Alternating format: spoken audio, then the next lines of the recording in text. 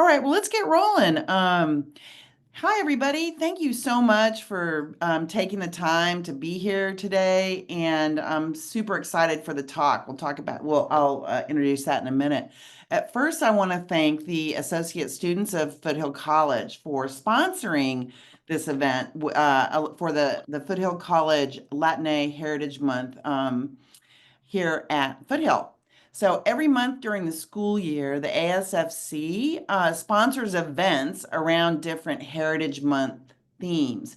Next month, it will be Indigenous American Month, and I'm super excited to say that Zig Jackson, who's one of the most famous Native American photographers in the world, has accepted an invitation to be the speaker.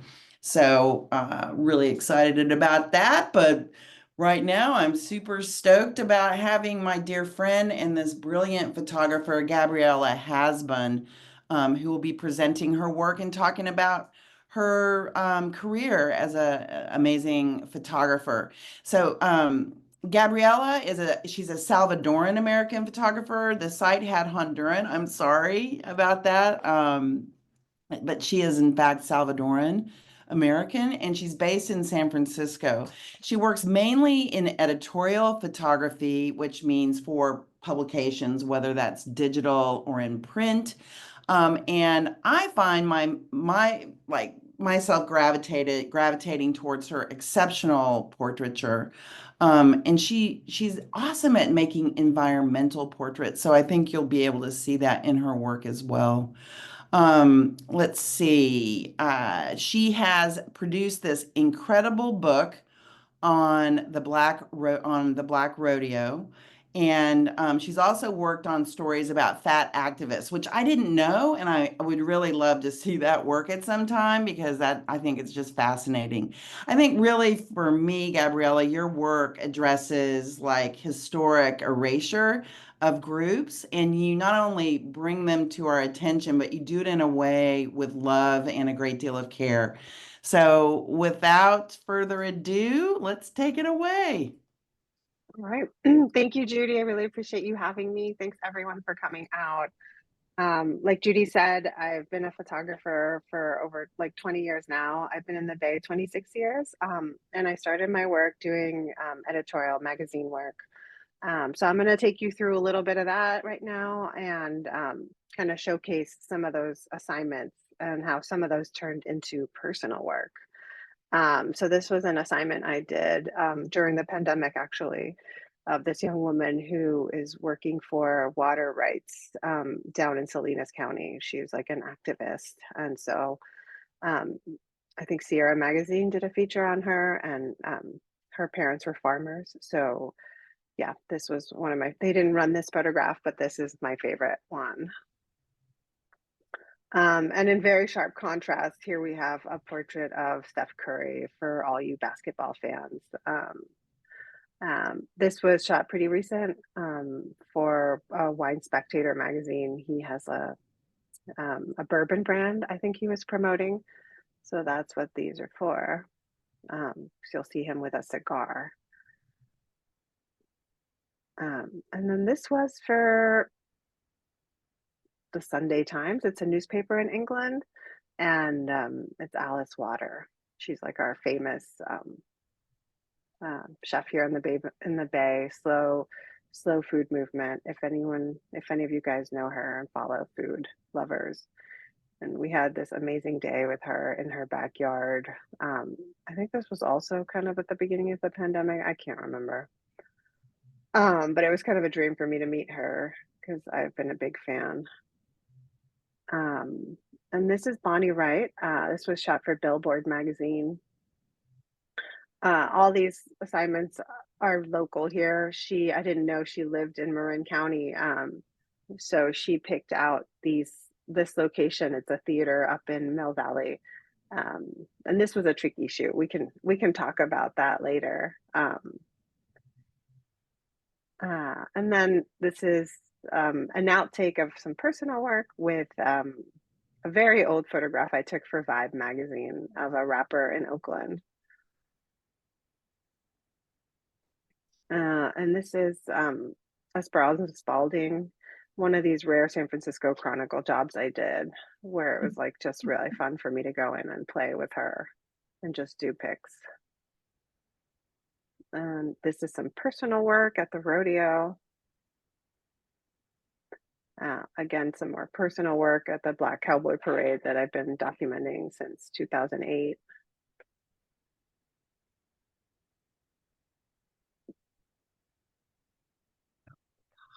Those And Judy, do you want me good- to start talking about that like a little bit and more, like how this all started? Yeah, let's do it. Okay. All right. So all this this whole series on the Black Cowboys started back in 2007 when my neighbor who was black, she wanted me to come with her to the rodeo. She just said, "Grab your camera." And so I took my camera with me and just kind of fell in love with like everything I saw at the rodeo. I'd never been to a rodeo. I'm from El Salvador, and it's not rodeos are not very like common there. I didn't grow up around horses or in farms or anything, so it was like Americana at its fullest. Um, and so I just started doing that on the side as I photographed a lot of people in tech, as you can imagine. A lot of my assignment work for Wired and like Fortune and Forbes was all these like men in tech, a lot of Stanford and yeah, Berkeley grads who were starting these tech companies. And so for me, this was a place to kind of just have fun and go back to my more documentary photojournalism roots of like me and my camera, and this was all shot in film practically. And this here to the right, this image was another rodeo I started photographing near my husband's hometown up in the Sierra Nevada mountains. And just the scene was really gorgeous. So I just kept going back to that as well. This is another photograph of that paired with like a test shoot I did. Um, and then again at the rodeo paired with like an assignment I did for San Francisco Magazine. And I love like doing, putting a portfolio together because I love kind of the playfulness of putting two very different pictures together. And this was a really interesting story I did on death caretakers for San Francisco Magazine. What is Um, that? What is a death caretaker? uh, sorry, end of life. It was a story on a lot of people who uh, kind of spend a lot of time with people at the end of their life. He is a Buddhist, I believe, and had this crazy accident when he was younger, where he got electrocuted on a train at the age of 18 in New York, and so he lost a lot of his limbs, and I think he worked at the Zen Center and just, you know, I think prepared people for, how to let go and kind of die peacefully is my Interesting. understanding. So there was just a lot of different people that came for the feature. And then this is some personal work with when I was photographing the rapper in Oakland, everyone came out to see what was coming out, was happening. So this was someone on the block that I just turned my camera to, and I always love this picture. It's just like perfect. Um, and this was a story on immigration that I did for The Guardian. I can't remember, but they had like a really low budget, and the story was about the little girl, and they didn't want her picture seen. So I was like, it'd be really fun to photograph her in the studio without showing her face because Mhm. it's just a different way of, um, yeah, seeing that. So, and this is a poet that I photographed. I can't remember for who it was, but this image to the left ended up running in the cover. And you're shooting for covers, it's just like really simple, and you're going for more drama and simplicity than for the interior picture. This image on the right with the oranges was something that they ended up using on the inside spread. but I always try and give people something to do with their hands as I'm photographing them because most of the time people are pretty nervous about like being photographed and they don't know what to do. So I think it just really helps them feel comfortable and relax a little bit. And this was a really fun assignment I did for Good Housekeeping or one of these interior photography magazines. These are designers that interior decorators. So we got to go into these amazing homes and see some of the work that they had done. So this was his actual home actually, and just a fun portrait of him with his son. Instead of, I mean, that's what I like to share, just the energy of that portrait um, next to his portrait. Uh, and this is another amazing designer and at someone's house, which work she like did. Um, so a lot of times when you're getting assignments to photograph people for a publication, you're going to be asked to do a lot of different things, especially now with digital. It's just like shoot them on a seamless, shoot environmental, shoot horizontal, shoot an opener, like so you Can you always want. tell, sorry, Gabriella, can you kind of explain what those things mean? Like, what does environmental mean? Okay, so like this image to the left is an environmental portrait, right? She's in a scene, and so is this one here to the right. You want to capture the environment as much as you want to capture a portrait.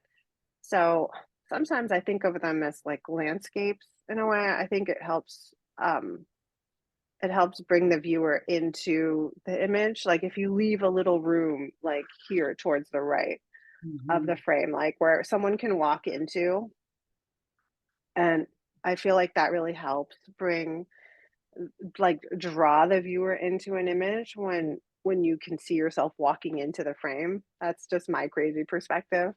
Um, but so that's how you think of like that's what a landscape is. And a lot of times like in let's say Vanity Fair is notorious for this kind of frame where they and I'm terrible at shooting those frames where they have I don't have any where the environmental portrait, the subject is camera, like frame left, right? And then the rest of the portrait is like just kind of empty because then they put all the font on that side. So it's like a double truck. What else do they call those, Judy? Like a Double double truck would be spread? a double page spread. Um, Yeah, like a so double spread. what I'm hearing you say is that a lot of times magazines will want you to leave space on your image where they can put text in, which Hmm. drives me crazy because it it interferes. But like, if they're paying you enough money, it's worth it. Yeah, I mean, it's when you go on these assignments, it's all about giving them options because they don't know what they're doing. Like these, media rooms are so disorganized these days. Everything's like, they want it tomorrow and they want to see everything. So Mm. it's really good to go in with options. And this was an amazing opportunity I had for with a magazine that's no longer around. It's called Good Magazine. She's a designer, and ended up just like publishing stories of like people doing really good things around the country or the world. And these are the radical monarchs. They're brownies of color. And I was sent to Oakland to photograph their first graduating class. And all those badges are kind of like little workshops that they've had to do, like radical coding, radical, like working on, like health at every size issues. And so it was really empowering to like meet people. And these are projects that I meet people, I stay in touch with them, and like I end up photographing them again and again because they turn into long-term projects. Because I find that the media is not really covering stories about communities that are doing such great work in the Bay, kind of similar to the Black Cowboys. Um, when I started photographing them, there was like maybe only the rodeo photographer there and myself taking pictures. Um, and so it's always like how is this not being shared? It's like something positive, something amazing in the community. It's all about families and, learning about Black history and Black culture. And yet, like, no one's talking about it. Um, so those are like the stories that I really gravitate towards in terms of like the work that I want to be doing. And so a lot of times when I have access to these communities, I kind of just stick around and just keep coming back. Yeah, that's great feedback, especially for our photojournalism students. We've got a bunch of students here working on long-term projects. So quick question for you. I'm going to go ahead Hmm. and just insert one in here. Grant Falk is asking, who are some of the photographers that you really respect and love their work? Who are some of your favorite photographers? Oh gosh. Let's Um, give you three. Why don't you bring up three? I really love Micaiah Carter. I don't know if I'm butchering his name.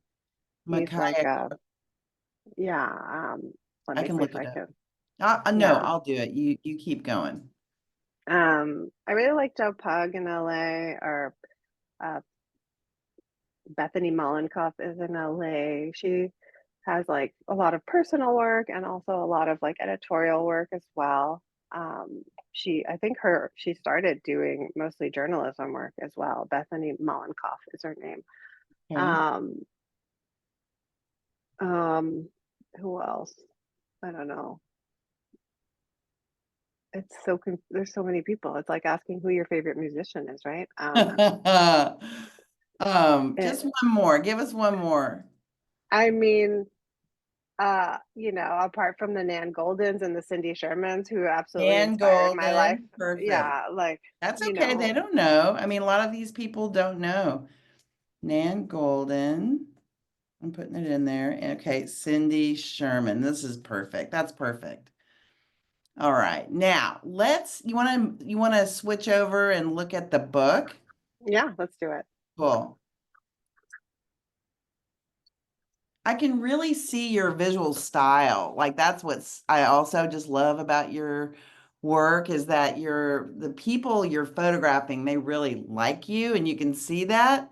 Um, and Drew Smith had a question, which I thought was really great that I didn't even Hmm. think of, but he wanted to know if do you tell your clients or direct them to do anything with their eyes? Because Drew read that a common problem is that people have fear in their eyes sometimes when they're photographed. I'm curious. That's a great question. I'd never thought about it. Wow, fear in their eyes. I mean, do you ever have that Wow, issue? Because your photos, everyone looks like they adore you like I do. So.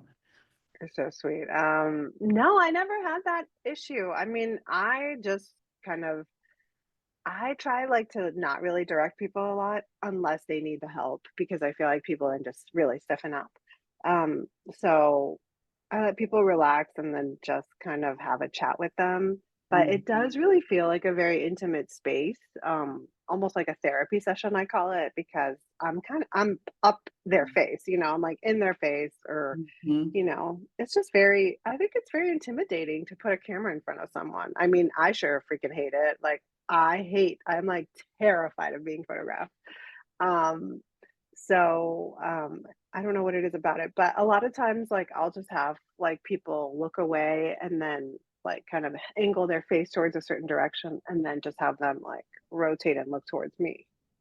Um, which I feel like just helps kind of shape their face a little bit. Mhm. Uh, because I mean, I get all kinds of comments, you guys, like where like women are like, I look fat, my face looks really fat, like, um, when I'm doing headshots like at a law firm or something, and I'm like, I can't really do much about it. This is like the format that like, like you get all kinds of things with subjects.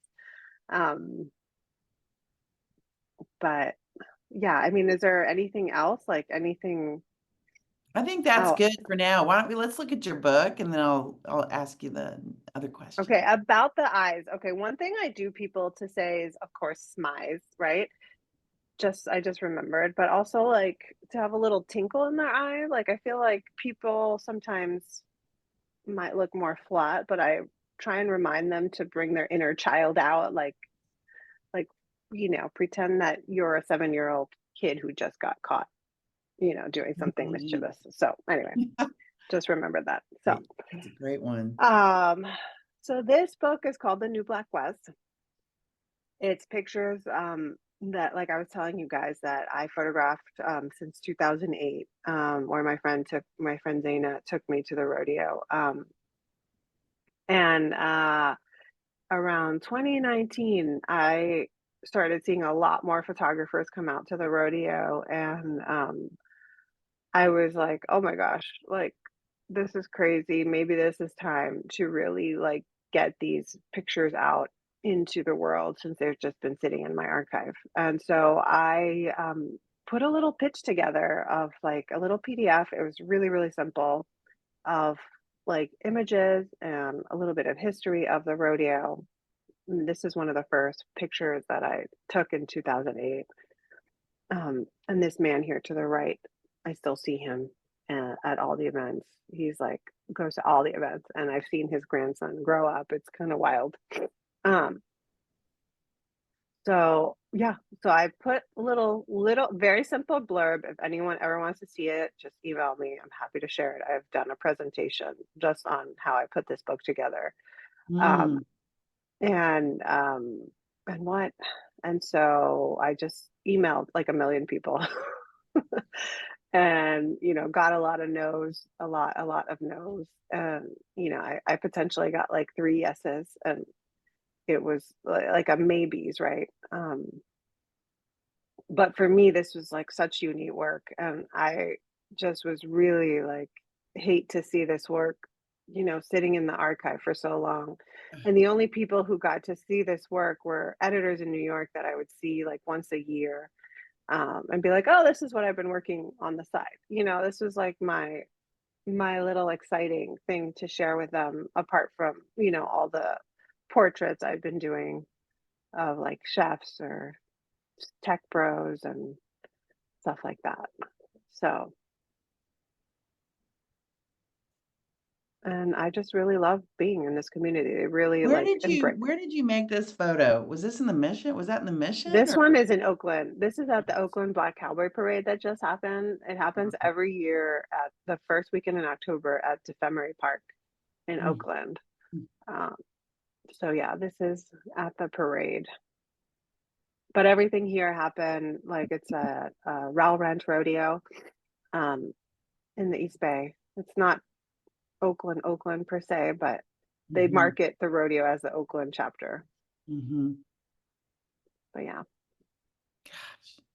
How long did it take you to put the book together? Like how long did it take from, let's say you shot it over a number of years, maybe almost Hmm. 20, right? Or, 15, 20 years. Yeah, on and off because I didn't go every year. Uh-huh. And then once you had someone say, yes, we want to publish it, how long did that process take? It took a while. So I got the yes in like February 2020, like right before the pandemic. And I think I was in denial. I was like, I can't believe they said yes. This is crazy. This is unbelievable. But I was like, yeah, so I just kind of kept quiet about it. Like I didn't tell a lot of people, and then the pandemic came. So then of course I was like, oh my God, this is really happening. But then they gave me deadlines. So okay, so I found out February 2020, and then the book came out May 2022. So 2 years more or less, two and a quarter years, right? Yeah, From right. inception, from yes to full publication date. Mhm. So they would give me deadlines and be like, okay, we need to have your first draft of the introduction done.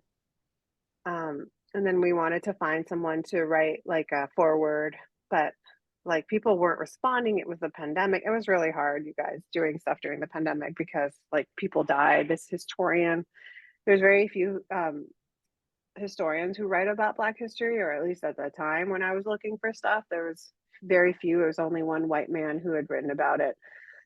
And I kept reaching out and nothing. And it's because he had died that year. Mhm. And so I got stuck writing, and that really intimidates me.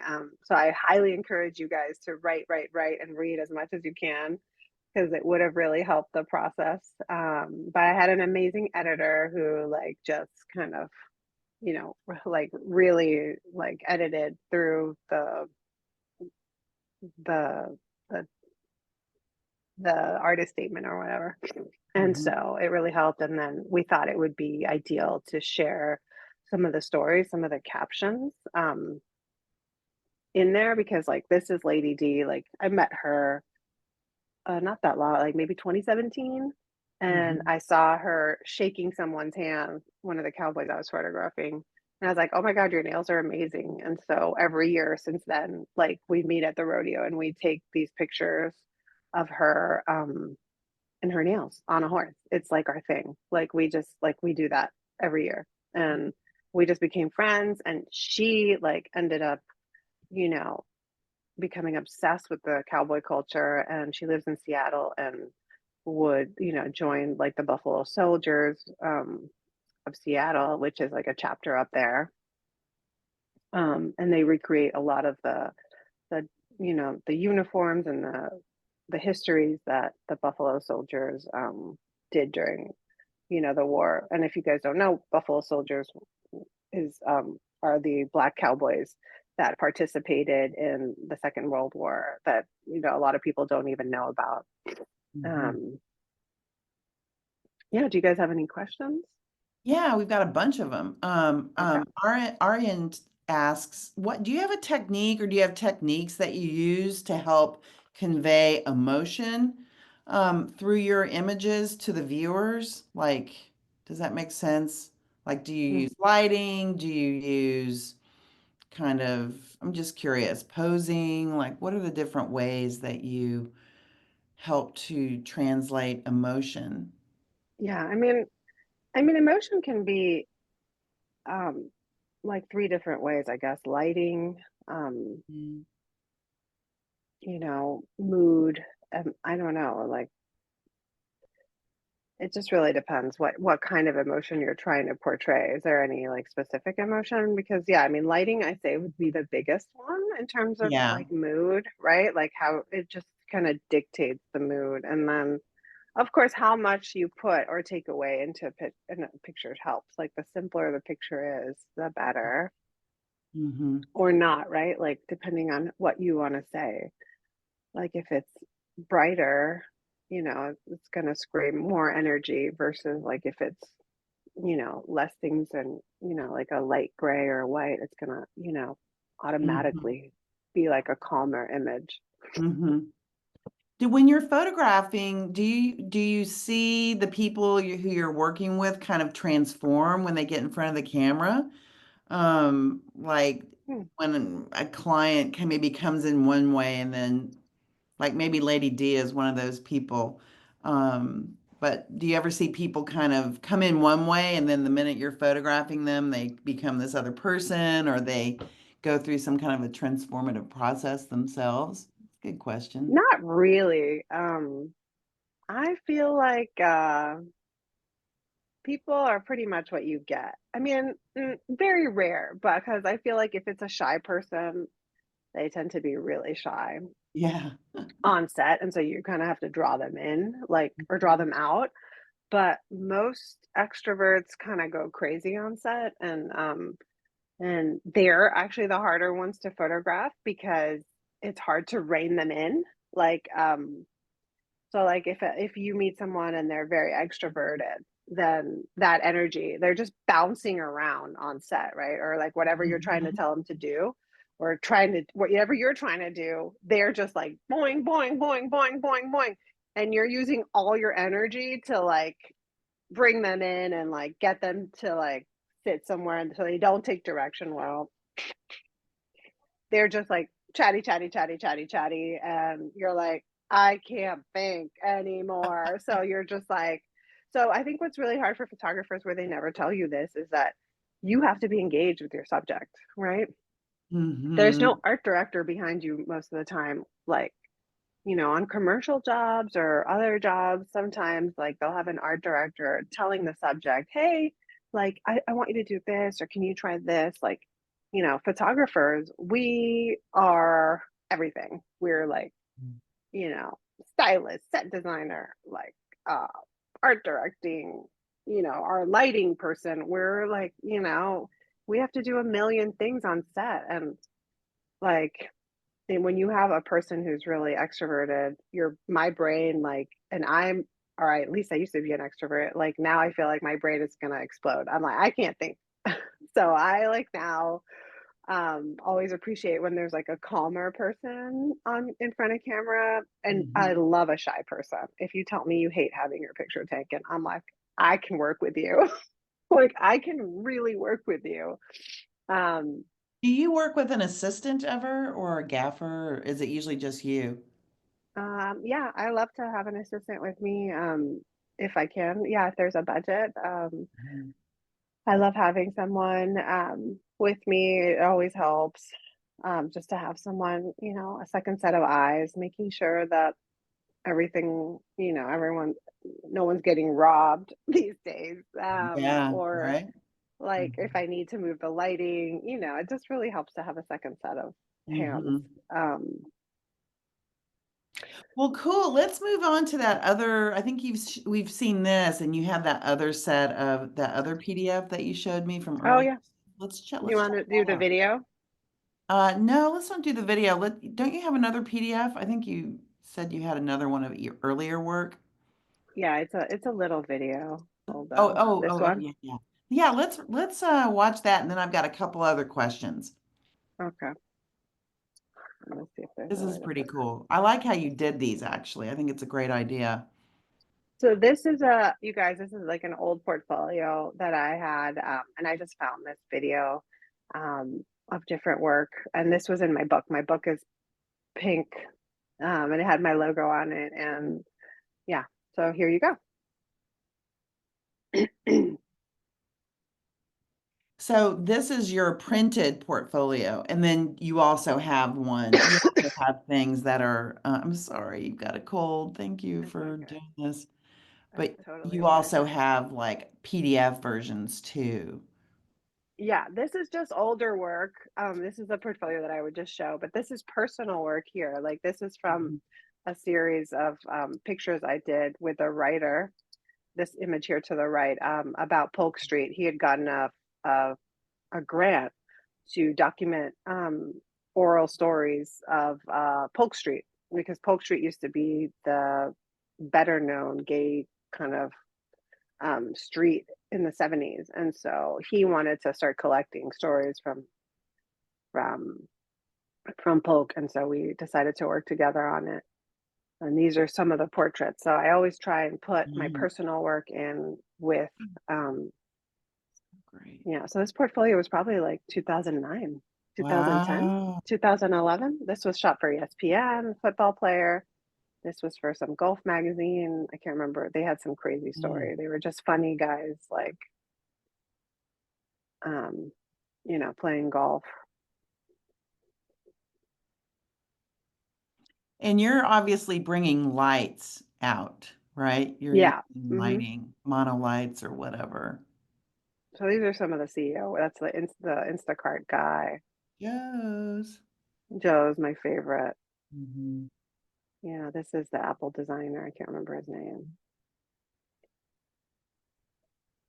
Oh, This is she's such some a great chef. this is some assignment work here.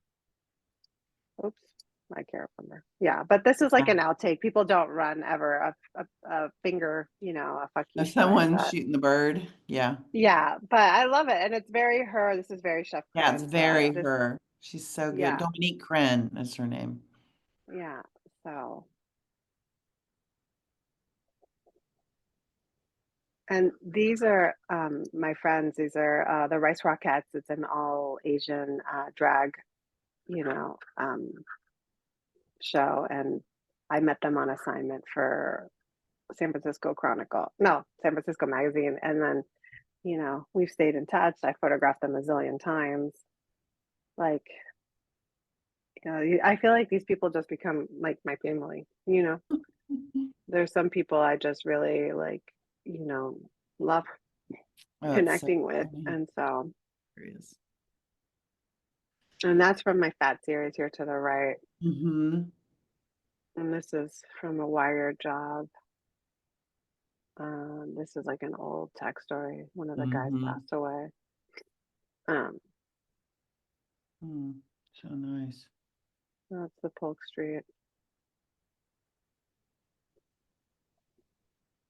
So for me, it's always kind of been a little hard to figure out like how to combine my personal work with my editorial work because my editorial work is so lit and then Mm, my personal work was not. And so it's been interesting. Like I'm like, I hope it translates into like something cohesive mm-hmm. because here, I'll run it through one more time. Because I really struggled with that a lot. I think when I first started photography, I was shooting everything natural light. And then my friend Zaina, who was at Wired, was like, well, you have to learn how to light if you want to work for me. And so I was like, okay, I'll figure it out. And so, that's what I We have a did. lighting course that we're going to run in the spring on portraiture. So last year we did our lighting course kind of like an overall lighting one, and Hmm.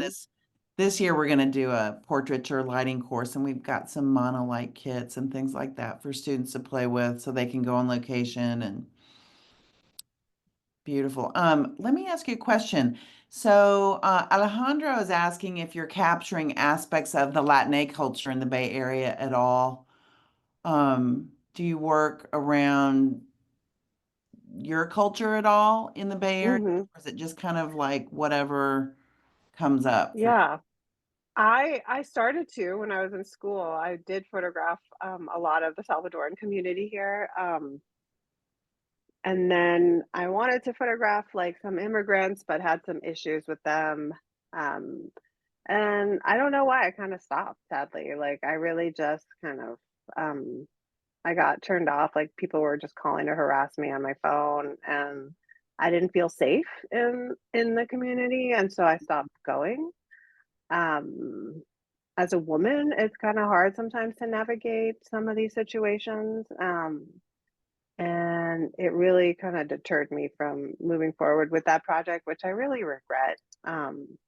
But yeah, but a then lot you of my kind of work, shifted to the Black Cowboys, and kind of dug yeah, into that, it looks like. Yeah.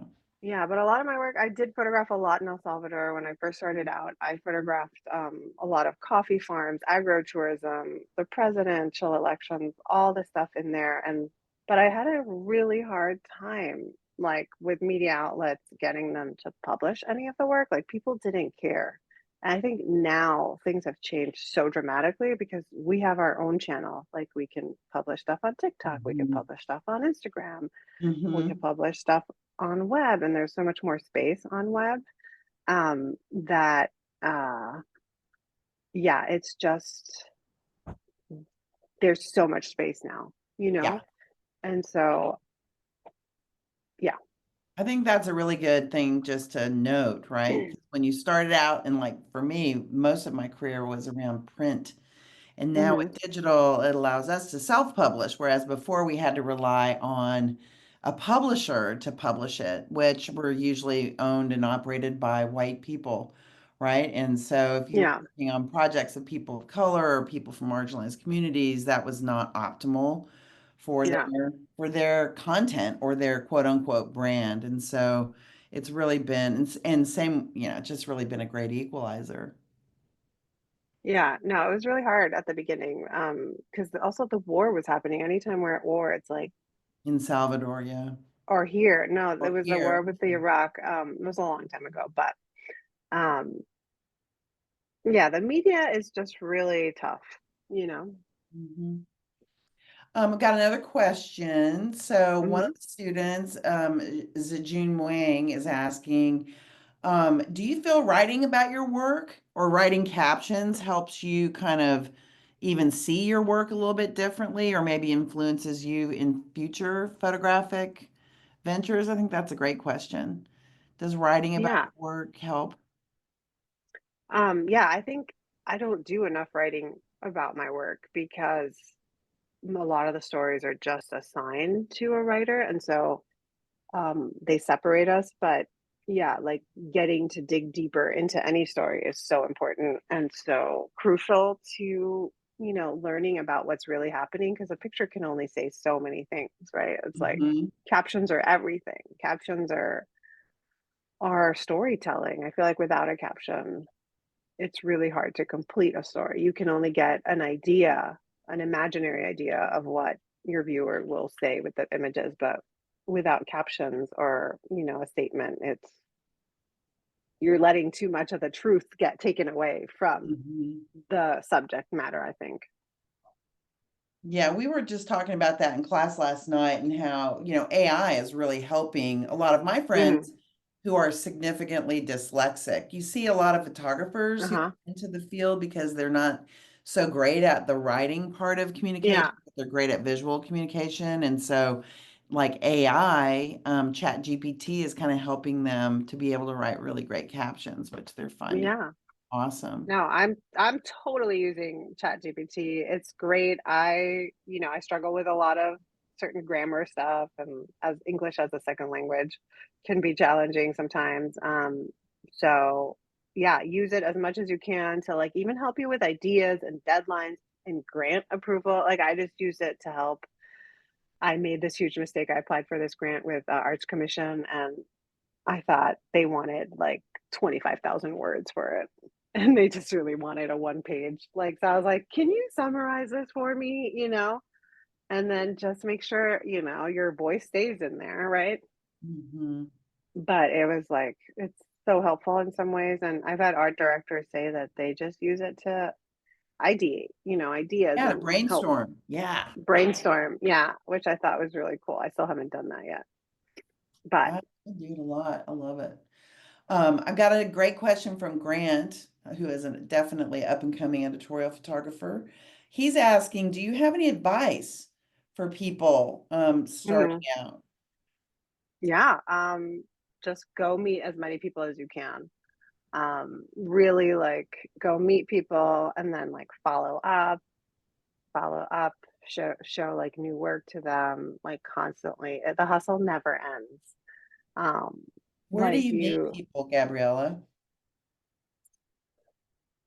um, well, before I would go to New York like once a year to kind of like show my work to magazines. Like I would just do a trip once a year and try to like, be like, hi, like, do you guys like, if I knew an editor, did you know anyone at this publication or just word of mouth, really? Like you Mhm. ask a friend and, ask for an introduction. Like, don't be afraid to ask you guys because worst things they're going to say is no. Right. So just ask and ask and ask. And then, like lately, I've been meeting more people through portfolio reviews over Zoom, which has been great. Like I'm doing one tomorrow. And then through groups like you guys, like right now, there's so many little subculture groups. Like there's Women Photograph, there's Diversify Photo, there's Authority Collective. There's all these like groups, like even on Facebook, there's just like these like local women photograph communities. Like Mhm. just get out there and meet your community members like in photo or make your own little group. Like I'm on a WhatsApp group for younger photographers called Every Other Wednesday, you know. That's like great. just get out and meet your peers and like support each other. Like I had that starting out with like five or six friends where if I couldn't do a job, I would recommend my friend Robin, and it kind of keeps the competitive edge going too. You're inspired by each other. Like I was like, if she can do it, I can do it too. Like I get a little competitive when it comes to photography, which is good because it gets my ass off like the the desk to like do something. Um, but it really helped to like share your work with someone where you feel safe and like not judged, and then um be like, is this good enough, and go work for other people whose work you admire. Like I worked as an assistant for years. Like first of A all, no one photo. would hire me. Yeah, I worked as a photo assistant um for years, like early 2000s. It was really hard to get a job as a female photo assistant. Like it was like unless you were like hot, they wouldn't hire you. It Mm. sucked. I like barely like worked for any photographer whose work I admired. But I did get to work with this asshole. still life photographer who shot 4x5 slide film. Um, and he was really good at what he did, but he was just not great to work with. He would have me like cleaning the toilets, okay, like cleaning the bathroom if I had any more like time in the 10-hour day that we had. And but through him I got to meet the whole photo department at Wired. and Oh, and great. so I got to meet them, and they saw me coming, they saw me for years, like 2 or 3 years, and then so then I got an in that way. So you have to work the system to whatever advantage you can, and just show people that you're a hard worker, that you're committed, and most importantly, follow through. Like, don't just show up once and like don't follow up, because they'll forget. There's a shit ton of us out there. Mm-hmm. There's Everyone's so talented right now. Everyone is just so talented. They just want to know that you're in the game for the long term, right? Mm-hmm. That you're not just here for the fun, and that you're a reliable photographer that is going to help them come up with some creative process to how to like solve some problem. It's just like, yeah. That's good. I have a question. So what do you do? Do you do email kind of, do you send out like a blog, an email, like monthly, hey, this is what I'm doing? Like, do you mail out things? Do you create things like, um, Yeah, like a newsletter or a promo. Yeah, I've done it all, you guys. I've done let me see if I can find a did I have one here? Let me go grab some. Give me a okay. second.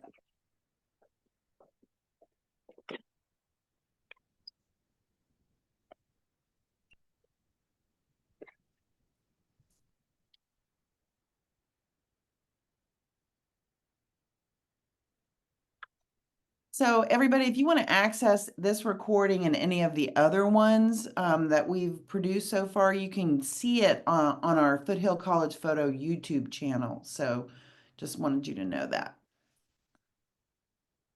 Okay. I do send newsletter pictures. I'm sorry, newsletter. Unblur my backdrop. I do send mail like newsletters via email, like every once a quarter, twice a year, 2 or 3 times a year. I don't know. It's all over the place depending on my energy level. But like I've done printed promos. This is an old one I did that I love. I feel like I could still send this out. Um, Can you stop sharing your screen so we can see that larger? oh, sure. Hold on. Thank you. This is really helpful, Gabriela. Stop sharing. Okay. Is that better? Yeah, now you got to put it in the speaker mode. I'll do it. Yeah. Okay, everybody, if you go to view, just go to speaker and then you'll see her beautiful self big. Okay. Okay. Um, so this is like a promo that the guy who did my website did for me. Well, And it takes a lot of time to do these yeah. things. Um, it's really and it's really expensive. I mean, the design is one thing, right? But then like I wanted it a certain size, because when you mail them, it's super expensive to mail them. So I wanted it like this size, because then I could put the label here Mm-hmm. and the postage here, Mm-hmm. um, without having to stuff it in an envelope and pay for that other process, right? Yeah. So this was one. Um, and then this was an extravagance, So um, good. because I paid for this designer to do this, and he was so expensive that by the time I was done with it, like I had no money for printing and mailing. So I was like, what's the cheapest thing you Oh can print my this on? God. And it was newsletter. And of course, like the printing, so like we printed like 1,000 or 2,000, it was only like $500 or $600, which So was it's hella like a cheap. zine, right? Yeah. So is it on newsprint? Yeah. It's on newsprint. So it's Oh like a my newspaper. gosh. I love zines so Yeah. much. And so this is what, but God. like that session was really worth it for me with the designer, because he's like very psychological, and he's like, well, what do you want to be showing? Because he wanted me to combine all this cowboy stuff with my personal work. No, I'm sorry, with my commercial work. So he wanted to do a combination. And I was like, no, I actually want to just make it of like the cowboy stuff. Mm-hmm. Um, and I think making this really helped me. Um, anyway, you guys get the picture. Yeah, nice But ender. this, but this I had to, put in an envelope, Oh, and yeah, so um, do you ever just do the less expensive postcard way, or are you yeah, always I about do that too. I yeah. just have like a few of these around Oh my God, look at that. that Beautiful. I just didn't. Yeah, that's Yeah, great. this was another newsletter I did, Oh, money. which like years ago when I had money. Um, this guy committed Jeez. suicide. He was in tech. He was really young, and um, anyway, so it was really like so we published it with the article that came out with the dark side of the boom, which And that I was thought for Wired. this was for IEEE Spectrum, which is like a very techy Mm. publication. I think I have the smaller ones here. Hold on. Do Oh I? yeah, yeah. Maybe. I have a hard time getting rid of these things. I was like, Yeah, I know, me too, because you pay for them. It's good money, you know? yeah, so I've done like one pagers, like one little, Nice. like one and done. And there's that guy, yeah. One Yeah, and so I mean, it's just like a hello, like here I am, because they're gonna trash this. They're not gonna keep these. It's really rare, unless it's like I do. you do? Okay, great. Unless it's Judy, you guys. Most people will trash them unless it's like a beautiful landscape, probably. It's really rare. I do go in I mean I used to go into people's offices and they would like have some, but I get it. Like I don't have a lot of wall space in my house. Do you have a job that you're working on right now? Or are you in the process of drumming up? Like, where are you right now in your business ecosystem? Um I have a couple of editorial stuff coming up. Like on Saturday I'm photographing a swimmer in the bay, which I'm excited about. I love everything with water. And then I am trying to come up with like a new project, but it's really hard. And I find myself just getting bored of ideas, even without like starting. And the Yeah. El Salvador, like, I really want to do like a project on Salvadorans right now, but I'm having a really hard time. Like, I think it's like so connected. Like, it's so personal, and it's like, but I also like I'm like, okay, I don't want to do that. I've seen it. I like it's boring. Like I'm so hard on myself. It's really bad. I'm sure I'll you give you guys a deal with all thought, that. right? It's like I'll be your chat GPT just for the heck of it. But like there are Uh-huh. so many amazing Salvadoran restaurants where I live. Uh-huh. Uh-huh. Over Yep. off of over in the ocean kind of Excelsior area. Maybe you just start there and see where it goes. Yeah. Yeah. I mean, that's very similar to what I did in college. Yeah. I Oh, photographed a really? lot of Yeah. the rest like the women like who had the barber shops, who had the restaurants. I loved it. Yeah. Yeah. Um, yeah. I have lots of Salvadoran neighbors, so. Um, Yeah. one Same. of our students wants to know what your favorite part of being a photographer is. Not the bad part, not the one where you're like, oh my God, I don't have any work, I'm gonna starve. But like, what's your favorite part? Yeah, I mean, I think for me, it's like I love like how different every job is. I think I would die if like I had to go into a studio to photograph e-commerce every day. Mhm. Um, like that's not what I'm in like here doing. I love my job because I get to, live a day in the life of a different person. I Mhm. get to, meet these amazing people doing incredible things and just be inspired by them and Mhm. just kind of like getting a look into their lives and hopefully like in some way helping tell their stories, right? In a Mhm. more truthful light. But yeah. That's a great question. And that's actually, if nobody else has another question, I think, oh wait, there's one more. Can you talk about the problem solving skills? This is a great question. Okay, let's talk about problem solving skills, which we all need to have and that you've developed to be able to thrive in photography, right? Like, how do you, can you kind of Oh, articulate yeah, around? Yeah, I know that you yeah, can. yeah. No, there's a constant. Like you'd think that after 20 years of doing this, there'd be no problems on set. No, always something shows up. Like I had an assistant call me that she slept in. And she's like, "Should I still come?" And I was like, Oh yeah, gosh. because the shoot is still happening even though you slept in." You know what I mean? So, or like, yes, there's always something. It's like the people are late. Um, like I remember photographing, uh, y there's always something. So you constantly, like, should be thinking about, like, how can I, like, solve this, like, or bring extra everything, bring Mhm. extra batteries, bring extra, like an extra body, an extra Yeah, more light. than one camera body's really important. Yeah, I rarely have people on set with me, from these magazines, and I remember the one time this editor flew out from Outside Magazine or something, my stupid body just dies on me. It was the Canons where the mirror just, like, it had a recall or something. And luckily we were towards the end of the morning shoot, so I was like, okay, let's call lunch. And then my assistant went and got a rental. But right now, like, there's no rental houses, or there's like one, so it's really hard if, like, there's an emergency. Like, again, go to your community and be like, hey, can I borrow a lens? Can I, like, you know, um, can I borrow your light, or can I borrow a spare? Mhm. Something like that. But yeah. Mhm. Great answer. Thanks for the question. One other question is, where do you find your assistants? Oh, great question.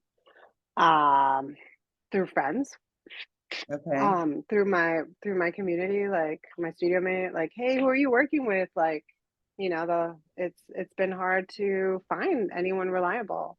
Or, I really try to hire women a lot, because I feel like it was really hard for me to, like I said, become a photo assistant. So I used to try and just have, like, all female assistants, because I think it's a different energy on set as well. I think it's really, um, I don't know, it's like a very different vibe. Mhm. Um, and even that's hard. Like, all my assistants are, so yeah. If you guys are interested in assisting, feel free to reach out. Like, I'm always looking for new people to work Oh, with. thanks. God, I'm gonna do it. Let's go. Let's go. Okay. Well, listen, thank you everybody for being here. It was a fabulous talk. Thank you so much, Gabriella. Thank you, Judy. Yeah, you're wonderful. I wish you weren't so far away from us down here in Los Altos, but I'll see you on Ocean Beach in a few weeks. I will email you when and where, and we'll figure out a time where we can do it. And again, everyone that came to participate in this great artist talk, just want to thank all of you. You can find this talk and other ones um, on our YouTube channel. And there's something wrong with the chat for some reason. So I just wanted to say the students are all thanking you so much for being here and Okay, like awesome. really reaching out. So I appreciate everybody for being here and hanging with me as I don't know what's wrong with the chat. So thanks Good everybody. luck, you guys, and keep at it. Keep at it. It's hard, but just keep doing it. Thank you, Judy. Thank you too, my friend. I'll see you soon. Okay, bye. Bye bye.